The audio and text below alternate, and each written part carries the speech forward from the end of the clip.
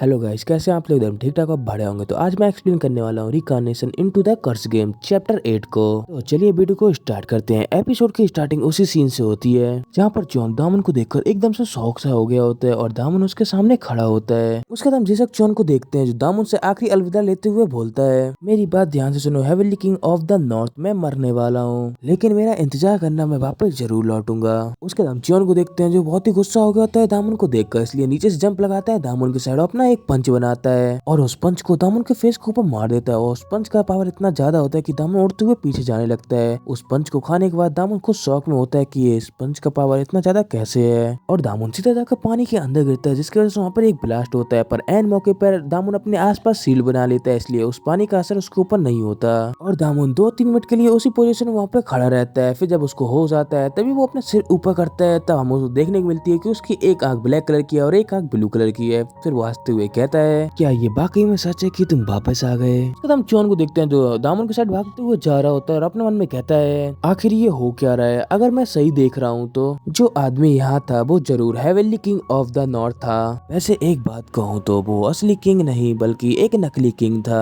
जिसे उसके अप्रेंटिस के रूप में बिल्कुल उसी जैसा बना दिया गया था। पर चाहे जो भी हो, पर वो आदमी एक हिडन बॉस है, तो फिर चलो उसकी अच्छी तरीके से खातिरदारी करते हैं। इतना बोलकर जॉन एक पिलर के ऊपर लैंड करता है और उस पिलर का सपोर्ट लेकर एक जंप लगाता है, वो भी हेवनली किंग के ऊपर द्वार से एक और पंच मारने के लिए। पर इस बार हेवनली डीमन पूरी तरीके से तैयार खड़ा होता है। जॉन जैसे उसके पास आता है तभी हेवनली डीमन अपने हाथ से एक साइन बनाते हैं और मल्टी स्किल को एक्टिवेट कर देते हैं। और तभी हेवनली डीमन वहाँ से एकदम से टेलीपोर्ट हो जाते हैं। ये देखकर तो जॉन पूरी तरीके से शॉक हो जाता है कि हेवनली डीमन एकदम से गायब कैसे हो गया। उसके बाद हम हेवनली डीमन को देखते हैं जो टेलीपोर्ट होकर जॉन के पीछे आ गया होता है और उधरी से अपने बो को निकालता है और एक स्किल का यूज करता है कैसिंग समर, जिसकी वजह से वहाँ पे बहुत सारे एरो आ जाते हैं। फिर हेवनली डीमन हंसते हुए बोलता है, तो चलो इनसे बचकर दिखाओ। इतना बोलकर वो एरो को शूट कर देता है। उसके बाद हम जॉन को देखते हैं जो पत्थर के ऊपर लैंड करता है, फिर अपनी चैन निकालता है, गोल गोल घुमाता है और पीछे मुड़कर तुरंत अपनी चैन को फेंक कर हेवनली डीमन के बो के ऊपर मारता है, जिसकी वजह से हेवनली डीमन की केसिंग समन स्किल डीएक्टिवेट हो जाती है। तभी सिस्टम की तरफ से भी मैसेज आता है, उस पर लिखी होती है स्किल कास्ट कैंसिल कर दी गई है। ये देखकर हेवनली किंग हंसते हुए जॉन से कहता है, तो तुम जानते हो कि स्पेल कास्ट करते वक्त थोड़ी देर के लिए डिफेंसलेस रहना पड़ता है। मुझे लगता है कि तुम इस बात से बहुत ही ज्यादा वाकिफ हो। ये बात सुनकर जॉन भी हंसते हुए कहता है, मैं ऐसा होने नहीं दे सकता था। ये बात सुनकर हेवनली किंग हंसते हुए बोलते हैं, तो फिर मुझे तुमसे और भी ज्यादा डिस्टेंस बनाना होगा ताकि तुम मेरे स्पेल को कास्ट करने से पहले तुम उसे डीएक्टिवेट ना कर दो।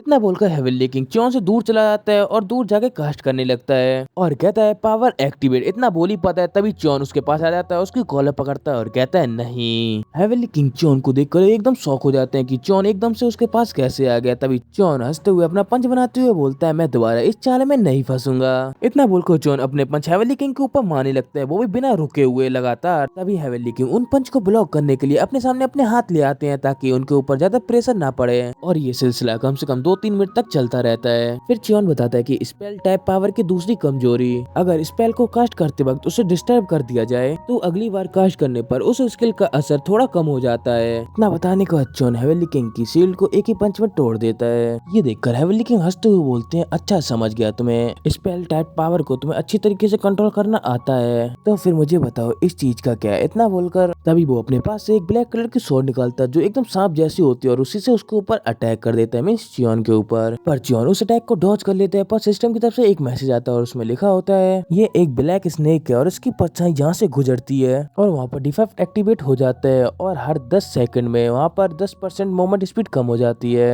ये पढ़ने का तो जॉन एकदम शॉक हो जाता है और उसके दूसरे अटैक को बहुत ही मुश्किल से डॉज कर पाता है और कहता है, डैम इट, अगर मैं गलती से भी इससे टच कर जाता तो मेरी तुरंत 10% मूवमेंट स्पीड कम हो जाती और हर 10 सेकंड में मेरी 10% मूवमेंट स्पीड कम होती रहती। इतना बोलकर जॉन हेवनली किंग से थोड़ा दूर चला जाता है। ये देखकर हेवनली किंग हंसते हुए बोलता है, ब्लैक स्नेक सगोल्डा की हड्डियों से ये तलवार बनाई गई है, इस तलवार का हल्का सा भी कट टारगेट को पूरी तरीके से कर्ज कर देगा। जॉन को ऐसे बचते हुआ देखकर हेवनली किंग हंसते हुए बोलता है, क्या तुम ब्लैक स्नेल की परछाई से बच सकते हो? इतना बोल ही पाता है, पर तभी उसे समझ में आता है कि उसके हाथ के ऊपर जॉन की चैन बंधी है। ये देखकर हेवनली किंग एकदम शॉक हो जाता है और चिल्लाते हुए बोलता है, तुम ये क्या करने की कोशिश कर रहे हो? पर इसी से जॉन को क्या ही घंटा फर्क पड़ता है, वो अपनी चैन को अपने हाथ में लपेटता है, पूरी दम से अपनी चैन को अपनी साइड खींचता है। उस वजह से हेवनली किंग भी उड़ते हुए जॉन के पास आ जाता है, पर तभी जॉन अपने सिर को सीधे हेवनली किंग के सिर से दे मारता है और कहता है, मैं बिल्कुल भी तुम्हें नहीं छोड़ने वाला। ये बात सुनकर तो हेवनली किंग एकदम शॉक हो जाता है और वो कुछ नहीं बोलता। हेवनली किंग उस हेडबट को खाने के बाद पीछे साइड जाकर गिरने लगते हैं। तभी जॉन अपने मन में कहता है, मुझे स्लो होना या फिर और कोई चीज की परवाह नहीं है, लेकिन स्पेल कास्टर के खिलाफ लड़ाई को ज्यादा लंबा खींचना हरदम हार की तरफ ले जाते हैं। इतना सोचने के बाद च्योन तुरंत अपनी एक बैक फ्लिप मारता है और अपने पैरों से हेवली किंग के गर्दन के ऊपर एक लॉक मार देता है। ये देखकर तो हेवली किंग अभी भी शौक में ही होता है कि ये कर क्या रहा है। च्योन एकदम साउथ मूवी की तरह हेवली किंग को अपने पैरों से पकड़ के बाहर साइड फेंक देता है और हंसते हुए कहता है, तो फिर ये एक स्टेमिना की जंग है। इतना बोलकर वो दोनों लोग एकदम से पानी के अंदर गिर जाते हैं। और आप लोग को मालूम है कि पानी को टच करने से या फिर उसके अंदर जाने से इन लोगों की 10% मूवमेंट स्पीड कम हो जाती है और वो धीमे धीमे करके बढ़ती रहती है। वो एक चीज का फायदा उठाकर च्योन ने अपने साथ हेवली किंग को भी पानी में गिरा लिया। फिर हमें देखने को मिलता है च्योन और हेवली किंग धीमे धीमे करके पानी के अंदर और गहराई के अंदर जा रहे होते हैं। तभी उनकी स्टेट भी दिखाई जाती है, मिस स्टेटस। हम च्योन की हेल्थ देखते हैं 99,999। उसी के साथ हम हेवली किंग की हेल्थ भी देखते हैं जो 95,000 होती है। देखा जाए तो वो च्योन से बहुत ही कम होती है। ये सारी बातें सोचने का च्योन अपने मन में कहता है, मैक्सिमम स्टेटस होने की वजह से मेरे पास फेक हेवली किंग से भी ज्यादा हेल्थ है। मुझे हैवी डैमेज लगने के बाद भी मैं एडवांटेज पे हूँ। फिर हम इन दोनों की हेल्थ को देखते हैं जो बहुत ही जल्दी करके ड्रेन हो रही होती है, पर च्योन अभी भी एडवांटेज पे होता है, उसकी हेल्थ ज्यादा होती है। हेवली किंग को ये बात मालूम चल जाती है कि वो अगर थोड़ी देर और इसी पानी में बना रहा तो वो जल्द ही मारा जाएगा। इसीलिए वो पानी से बाहर निकलने की सोचता है, पर च्योन ऐसा कहां से होने दे सकता है। इसलिए वो च्योन अपनी चैन को हेवली किंग के ऊपर पूरा लपेट देता है ताकि हेवली किंग उस पानी से बाहर ना निकल पाए। ये देखकर हेवली किंग एकदम शॉक हो जाता है कि ये च्योन करना क्या चाहता है, खुद के साथ मुझे भी मारना चाहता है। फिर च्योन हेवली किंग को अच्छी तरीके से बांधने के बाद अपने मन में कहता है, अगर मैं इसे इसी तरीके से रोक के रख सकता हूँ तो वो सील नहीं बना पाएगा। तभी च्योन के सामने सिस्टम बंदों की तरफ से एक मैसेज आता है, उस पर लिखा होता है, तुम अभी इसके और भी गहराई के अंदर पहुंच चुके हो और यहाँ से डिवॉर की पावर और भी ज्यादा पावरफुल हो जाती है। इसीलिए अब से तुम्हारी हर एक सेकंड में 200 एचपी कम होगी। उसके बाद हेवली किंग को देखते हैं जिसकी सांस फूलने लगती है और उसी के साथ च्योन की भी सांस फूलने लगती है। तभी च्योन अपने मन में कहता है, अब डिवॉर का इफेक्ट बढ़ने की वजह से अब स्टेमिना की फाइट शुरू होती है। उसके बाद हम दोनों की हेल्थ को देखते हैं जो बहुत ही जल्दी जल्दी करके ड्रेन हो रही होती है और इन दोनों में से कोई भी हार मानने की कोशिश नहीं कर रहा होता है और दोनों लोग अपनी सांस रोकने की पूरी कोशिश कर रहे होते हैं। उसके बाद हमें 1 मिनट के बाद का सीन दिखाया जाता है जहाँ पर च्योन और हेवली किंग की हेल्थ बहुत ही कम हो गई होती है और हेवली किंग की तो ऑलमोस्ट हेल्थ पूरी खत्म हो गई होती है। उसके बाद हम हेवली किंग को देखते हैं जिसकी हेल्थ पूरी खत्म हो गई होती है और उसकी डेथ हो गई होती है। और उसके बाद हमें च्योन के सिस्टम विंडो में भी दिखाया जाता है कि हेवली किंग मर चुका है। पर 2-3 सेकंड बाद देखने को मिलता है कि हेवली किंग फिर से जिंदा हो गया, पर इस बार हेवली किंग